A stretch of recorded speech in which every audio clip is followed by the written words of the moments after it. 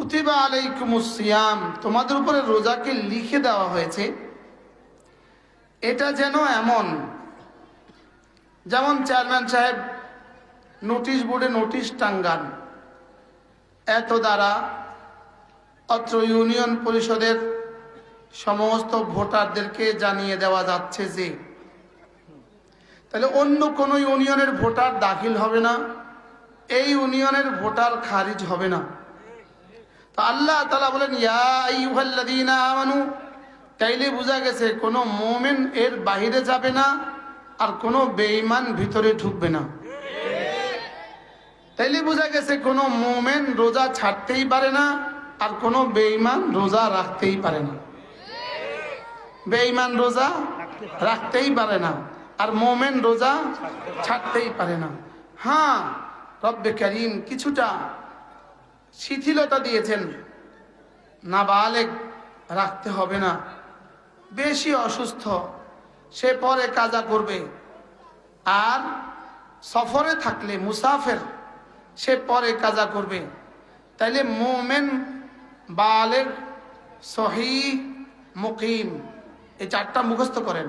মুমিন, বালেগ, সহিহ, মুকিম।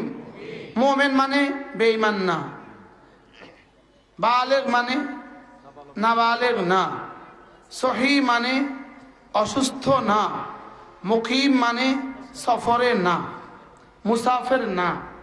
এই চার শ্রেণীর উপরে রোজা রাখা ফরজ। রব্বে কারীম বলেন আমি এদের উপরে রোজাকে লিখে দিয়েছি।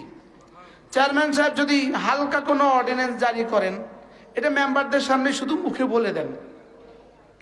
আর যদি গুরুত্বপূর্ণ কোনো অর্ডিন্যান্স হয়, এটাকে লিখিত দেওয়া হয়। পুরো কোরআনে কারীমে আল্লাহ তাআলা তিনটা ওয়ার্ডারকে লিখে দিয়েছেন। এক নাম্বার কুতিবা আলাইকুমুস সিয়াম, দুই নাম্বার কুতিবা আলাইকুমুল কিতাল, তিন নাম্বার কুতিবা আলাইকুমুল কিসাস। এই তিনটাকে আল্লাহ তাআলা লিখিত দিয়েছেন, যেন লোহে মাহফুজকে নোটিশ বোর্ড বানিয়েছেন, ওখানে নোটিশ বোর্ডে এই তিন অর্ডিন্যান্স লিখা হয়ে গেছে। রোজা কিছুটা কঠিন ইবাদত, আমাদের কাছে কিছুটা কঠিন ইবাদত, আর সাহাবায়ে কেরামদের কাছে এটা হঠাৎ ইবাদত, হঠাৎ ইবাদত। এজন্য সাহাবাদের কাছে এটা কিছুটা কঠিন মনে হয়েছিল বলে সাহাবায়ে কেরাম যেন আশ্চর্য হয়ে জিজ্ঞেস করলেন, আমাদের উপরে রোজাকে লিখে দেওয়া হয়েছে, সিয়াম লিখে দেওয়া হয়েছে, আহুয়াল ইমসাক আনিল আকলি ওয়াত তাআম আনিত তাআম ওয়াশ শারাব ওয়াল জিমা। তো সাহাবায়ে কেরাম বুঝছেন রোজা মানে সব ছেড়ে দেওয়া।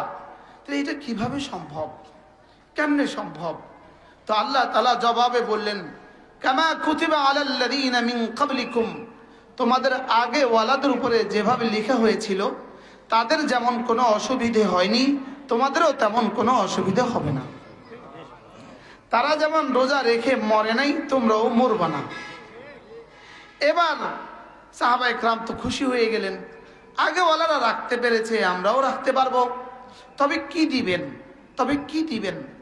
লাভে লোহার বোঝা বয়, লাভে লোহার বোঝা বয়। তাহলে কি দিবেন? তা আল্লাহ তাআলা বলেন তোমরা যদি রোজা রমজান মাসে হালাল গুলো ছেড়ে দিতে পারো, বাকি 11 মাস আমি তোমাকে হারাম থেকে হারাম ছেড়ে দেওয়ার যোগ্যতা দিয়ে দিব।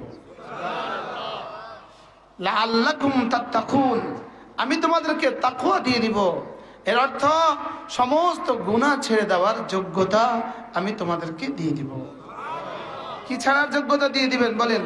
গুনাহ ছেড়ে দেওয়ার যোগ্যতা। এই সিফাতে তাকওয়া এটা সমস্ত নবীদের মধ্যেই ছিল।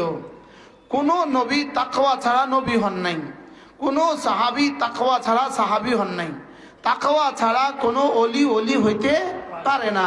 তাকওয়া এমন এক দৌলত যেটা দিয়ে মানুষ হয়। সুবহানাল্লাহ বলেন। তাকওয়া এমন এক দৌলতের নাম।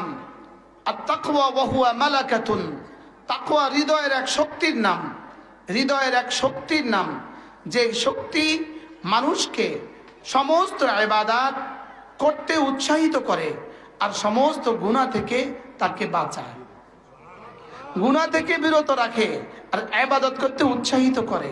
যেই শক্তি মালাকাতুন ফিল কলব, হৃদয়ে একটা শক্তির নাম তাকওয়া। হৃদয়ে একটা শক্তি